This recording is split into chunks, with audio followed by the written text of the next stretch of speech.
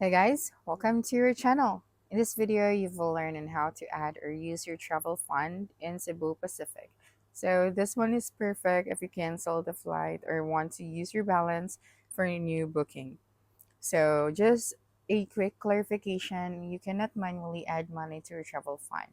So it is automatically created when you cancel a flight or convert your booking into travel fund.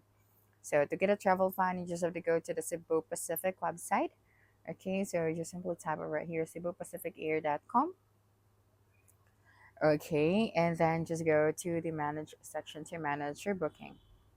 And then here, just scroll down and look for the um, booking reference number section and last name or email address. You just have to input that right here.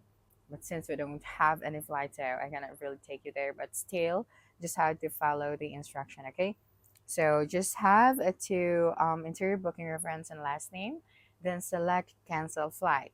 After that, you just have to choose the flight you want to cancel, and the system will show how much will be converted into your travel fund.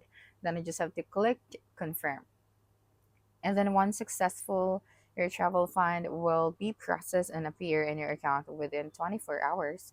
And then make sure that you have a My Cebu Pacific account so you can easily access that. And to use your travel fund, you just have to book a new flight like normal. And on the payment page, you just have to select the travel fund as your payment method and apply your balance. Okay, so travel fund is non-expiring and can be used anytime, and you can use it for flights, baggage, seats, and add-ons. So if your fund is not enough, you can pay the remaining balance using other payment methods.